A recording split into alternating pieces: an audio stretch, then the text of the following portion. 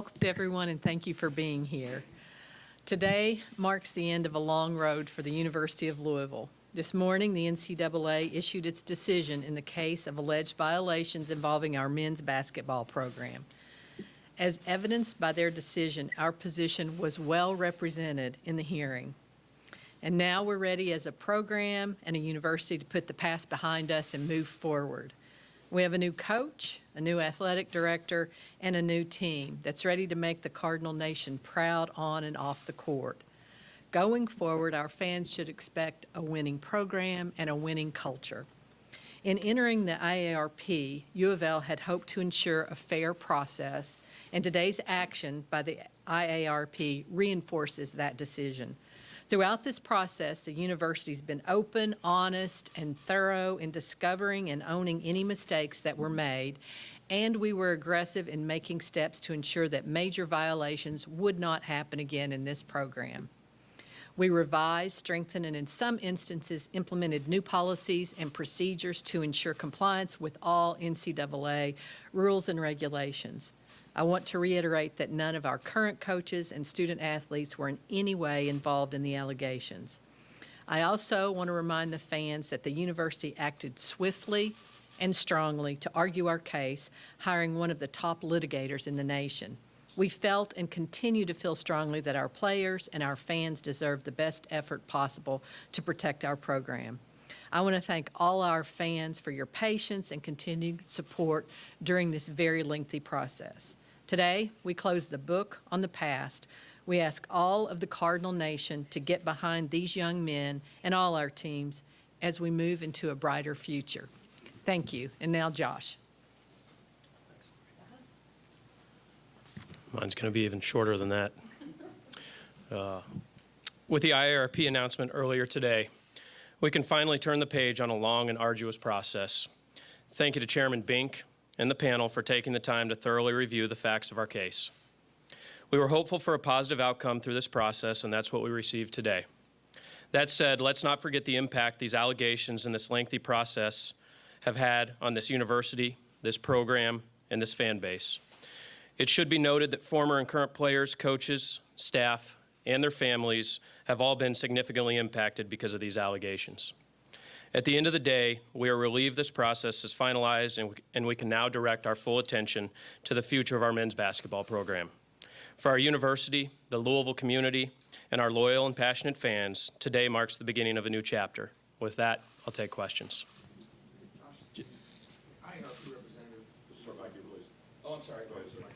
Josh, this is from the Associated Press. It's finally over now. What does it mean moving forward, and how does it feel to finally get this behind you and get things back in order?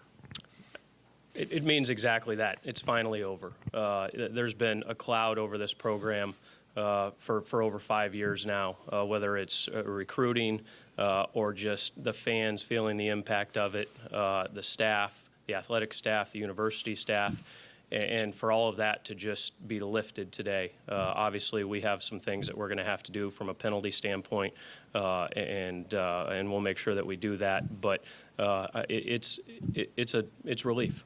It feels good.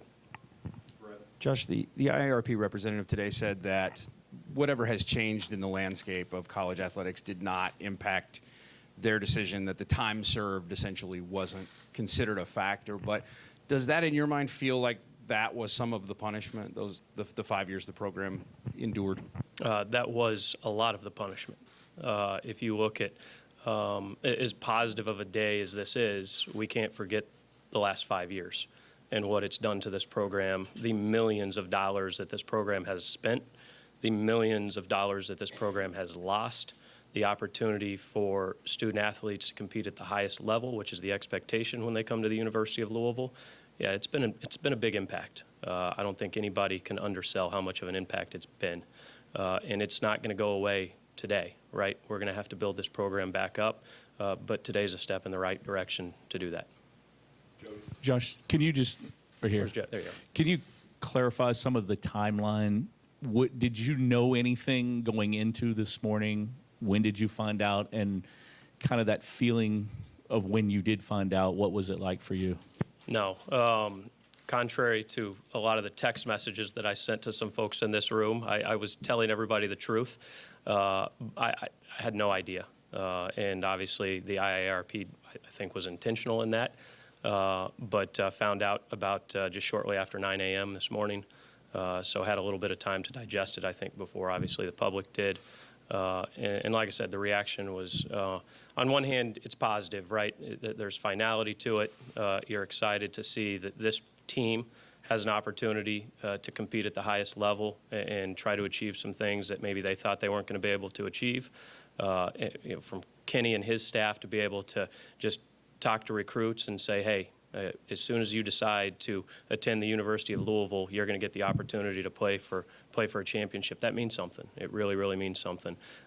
So, like I said, as good of a day as today has been, it is bittersweet. As everybody knows, I wasn't here for all 5 years here, but as I talk to fans, as I talk to staff, this significantly impacted this program, this basketball program, this university, this athletic department, and that is somewhat in the rearview mirror now. Fred Cowgill, WOKY. This is a pivotal moment, I would think, for you guys. Would you talk more about the collateral damage that this has caused, even looking ahead for a while? I mean, it's not like this goes away with a flip of a switch in terms of what you're dealing with in the near term, much less the medium term. Yeah, I think if you look at historically, call them traditionally powerful programs in football or basketball or whatever sport it may be, that foundation was laid years and years and years ago. And so while I think there's an opportunity, and I'm confident that we'll get back to where we were, it's going to take time. You don't just turn the page and say, hey, everything's okay. We're going to have to build this foundation back up, and that was obviously some of the decision that went into hiring Kenny, and then obviously Kenny's decisions to hire his staff. And so it's going to take some time, but this gives us the opportunity to turn that page and I think really head in the right direction, and that's what we're going to be focused on. Rick Bozich, WDRB. With Kenny and with the previous coaching staffs, were you ever informed of specific situations where they said, we're getting killed in recruiting, the other schools are saying don't go to Louisville because of this? Yeah, constantly. Yeah. Coaches are highly competitive. They're going to use every advantage they can get, and that was we were at a competitive disadvantage, and other programs tried to take advantage of it.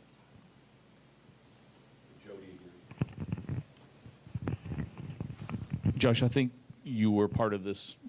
It's been 5 years. When they decided to go to the IARP, can you just kind of speak on that decision and maybe looking back now how it was the right decision, even though it took a lot longer maybe? Yeah, ultimately it was referred there from the NCAA. Obviously, that was the route we wanted it to go.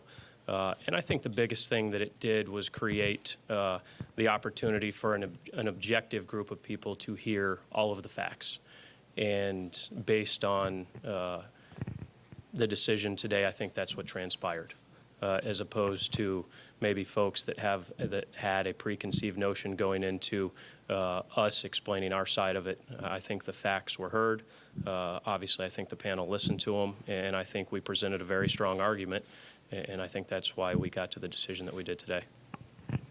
Throughout this whole process, has there been any reevaluation of the relationship with Adidas? No, I think if you look at that relationship and you look, once again, if you look at the facts, this wasn't the CEO, the president of Adidas saying, hey, go do this or that. This was some employees, and I think they have 10,000 plus employees. Find me an organization that doesn't have a few bad actors amongst 10,000. And so I think we're committed to that relationship and confident in the future of that partnership. Yes, please. So if you wouldn't mind going up there, thank you. So many schools, athletics is a huge part of the face of the program, for lack of a better thing, and so many schools have been so successful using athletics. What has this done to you guys in the short term in a not positive way, but also now building on that? I mean, to the question I asked Josh, this is sort of a pivotal moment for you guys, I would think, in the entire history of the school. So when you have a strong athletic program, it draws students to the school. They come to celebrate, and even if they're not on a team, they want to be part of a team. And we know that when a team wins a national championship the following year, applications to the universities go up, and bookstores sell out of the swag that claims the victory. So we've lost out on that. Now, our enrollments have been good, but we want to build student interest in athletics, and I think this will help us start to do that. This one's for both of you, and I realize it's a bit difficult to answer, but hindsight's 2020. You've mentioned the swift action that the university took in making staff changes, administrative changes. Do you revisit those decisions at all after what's been released and decided today, or do you think that ultimately helped arrive at this decision for the IARP? So from my perspective, I wasn't in Kentucky when all this happened, so I'm not going to try to guess about past decisions. I do think that we were given a very fair hearing, and our lawyers presented a fantastic case, and were able to rebut most of what the CCU was arguing, and you can see that in the report. So I think that past decisions are past decisions, and we are where we are today. Yeah, I would answer it very similarly. I think the only thing I might add is, that I'm not going to look back at any decision that was made previously. For me, this day is about looking forward. Similar to Lori, I wasn't here. I wasn't in Kentucky when those decisions were made, and for me, we're focused on the future. Anyone else? How does this, if at all, affect maybe reassessing putting up a 2013 national championship banner? For me, it checks this situation off the to-do list, which allows us to focus on potentially other things on the to-do list. And while I'm not going to sit up here and make any promises, I can tell our fan base unequivocally that if there's an opportunity for us to do something along those lines, we're going to try to do it.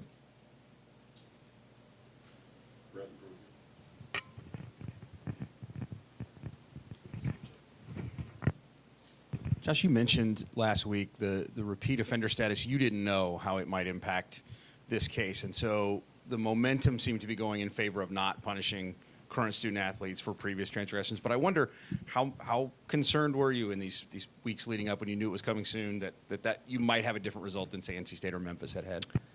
Yeah, I think for us, for the group that was in that room, I think you get a tenor of how people felt about it. And I do think we felt positive walking out of that hearing room. But I always try to, I guess, make sure I know, or what I try to be as realistic as I can. Let's go with that, right? And so I think it's my job to think best case, worst case, and everything in between scenarios. And so, yes, it crossed my mind. What is the worst case scenario? It crossed my mind. What is the best case scenario? But I would tell you that I think we are. I know that we're happy with the outcome today.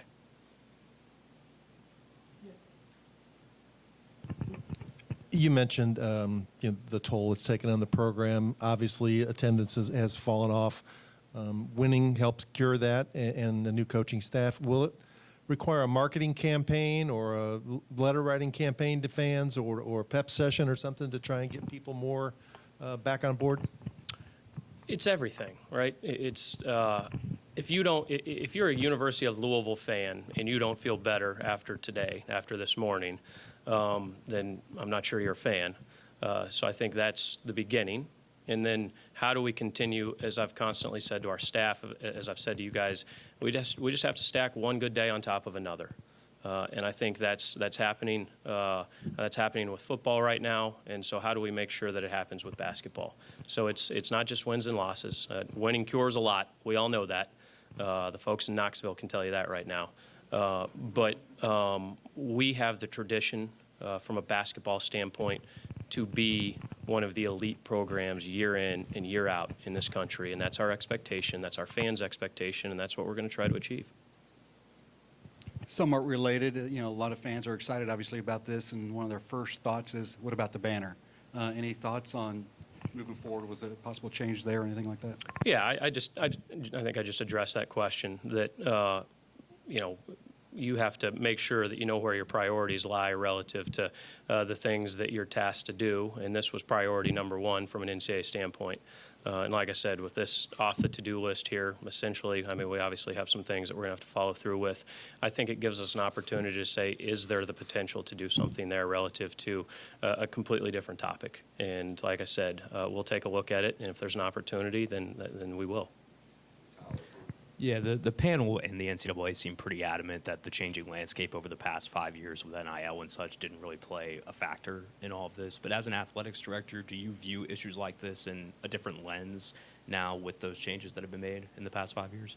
Well, once again, I think you have to base decisions in the moment. And so they based their decisions on what the rules were 5 years ago. Those rules have changed, and now it's our job to make sure we're adhering to the current set of rules. And so that's what we're going to do. And once again, NIL's it's an important piece of college athletics now. And so we need to make sure that we're staying abreast of it. We need to make sure that we're staying within the rules, and that's what we're going to do as we move forward. Josh, you've mentioned the ups and the downs. Can you just put into words what, since you've been part of this back again, the ups and the downs, and talking to recruits and having to explain it, and talking to Kenny, and Kenny talked about you telling him the good, the best case, and the worst case, and the emotions that you've been through to try to stay positive through this whole thing. Yeah, I think that's the job of a leader, right? To try to stay as positive as you possibly can, and that's what we've tried to do. I've tried to be positive but realistic. When Kenny and I had conversations as we were going through the process of hiring a head coach, it wasn't, it's no big deal, Kenny. I mean, it was realistic. Yes, there could be a postseason ban here. Worst case scenario, it could be more than 1 year. Best case scenario, I thought it was probably going to be the reduction in some scholarships and some things along those lines. And so I think you wake up every day and try to be as positive as you can possibly be. But like I said, make sure that you're prepared for everything else. And I think that's where we were with everything that transpired here. I think we stuck to the facts of the case. I think we presented them effectively. I think our outside counsel, our counsel that worked for the university, I think they did a terrific, terrific job. Like I said, we walked out of that room feeling optimistic, but once again, we needed to be prepared for everything in between, and that's where we're at right now. What would be the criteria to raise the banner again, and is the title not vacated? How does that work?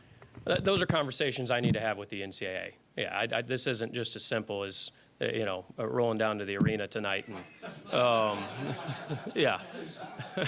But look, in all seriousness, 2013 was an extremely, extremely important year to this program. And I think everybody knows what happened during March and the first week of April in 2013. And so while that's never going to be taken away from our fans, from our student athletes that played in that game, to recognize them is important to me. And if there's an avenue to get that done, then that's what we're going to try to do. Josh, to that end, that was a different NCAA case than the one that was ruled on today. And I wonder if there are any new mechanisms in place or anything you can speak to since you've become athletic director that make you confident that you guys are past this, that this won't be an issue going forward. Yeah, in the NCAA or the IARP, they mentioned that in their brief. I don't know if 220 pages is called a brief. But they do mention all the mechanisms that were enacted, and a majority of this was before I was in this seat. We've got our compliance department that doesn't report to the athletic director. We've got regularly scheduled meetings with each of our various teams. Rules education, you just go right on down the list. And like I said, they literally outlined them in that brief there. And the other piece of it for me is just making sure that every day everybody's showing up to work and doing the right thing. And we have to stay on top of that. Once again, it goes back to, you have X amount of employees, you're bound to have somebody who says, let's do it this way or that way, and we have to say that we're going to do it this way all the time. Last call. Anyone else? Thank you so much. Thank you so much for being here. We know where it's at. Thanks, guys.